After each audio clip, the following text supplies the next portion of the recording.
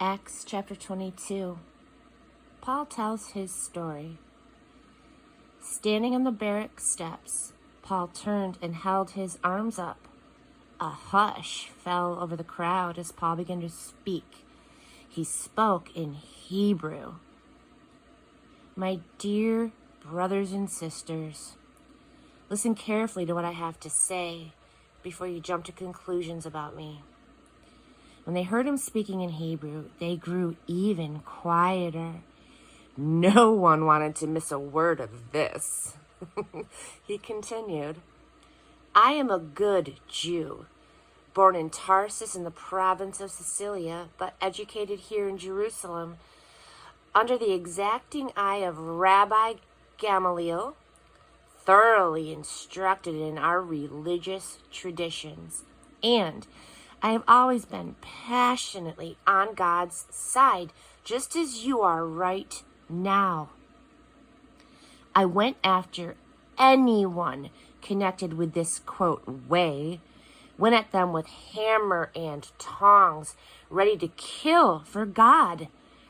I rounded up men and women right and left, and I had them thrown in prison.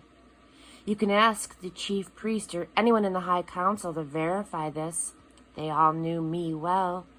Then I went off to our brothers in Damascus, armed with official documents, authorizing me to hunt down the followers of Jesus there, arrest them, and bring them back to Jerusalem for sentencing.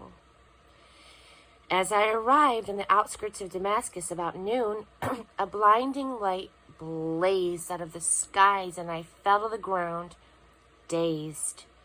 I heard a voice. Saul, Saul, why are you out to get me? Who are you, Master? I asked.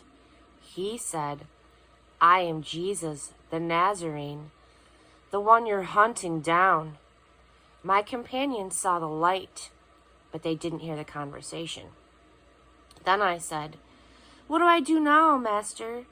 He said, get to your feet and enter Damascus. There, you'll be told everything that's been set out for you to do. And so we entered Damascus, but nothing like the entrance I had planned, because I was blind as a bat, and my companions had to lead me in by the hand.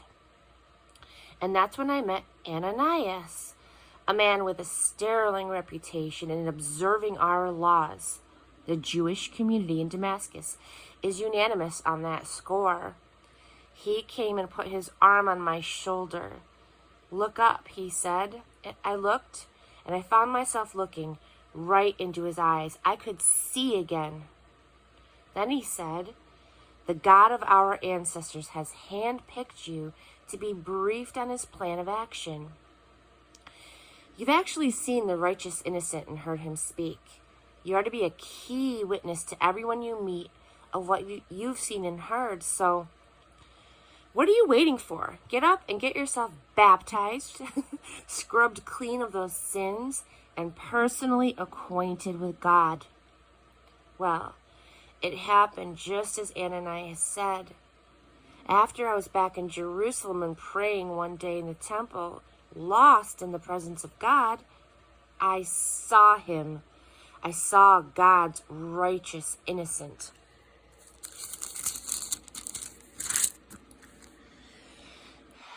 And I heard him say to me, hurry up. Get out of here as quickly as you can. None of the Jews in Jerusalem are going to accept what you say about me. At first I objected. Who has better credentials?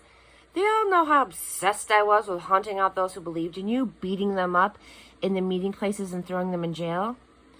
And when your witness Stephen was murdered, I was right there, holding the coats of the murderers and cheering them on. And now they see me totally converted. What better qualification could I have? But he said, don't argue, go. I'm sending you on a long journey to outsider non-Jews, a Roman citizen.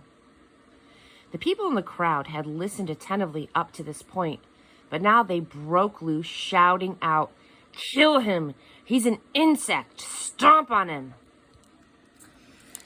They shook their fists. They filled the air with curses. That's when the captain intervened and ordered Paul taken into the barracks. By now, the captain was thoroughly exasperated. He decided to interrogate Paul under torture in order to get to the bottom of this, to find out what he had done that provoked this outraged violence. As they spread-eagled him with thongs, getting him ready for the whip, Paul said to the centurion standing there, "Is this legal, torturing a Roman citizen without a fair trial?" When the centurion heard that, he went directly to the captain. "Do you realize what you've done? This man is a Roman citizen."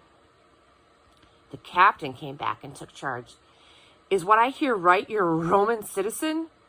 Paul said, "I certainly am." The captain was impressed. "I paid a huge sum for my citizenship. How much did it cost you?" "Nothing," said Paul. "It cost me nothing. I was free from the day of my birth." That put a stop to the interrogation, and it put the fear of God into the captain.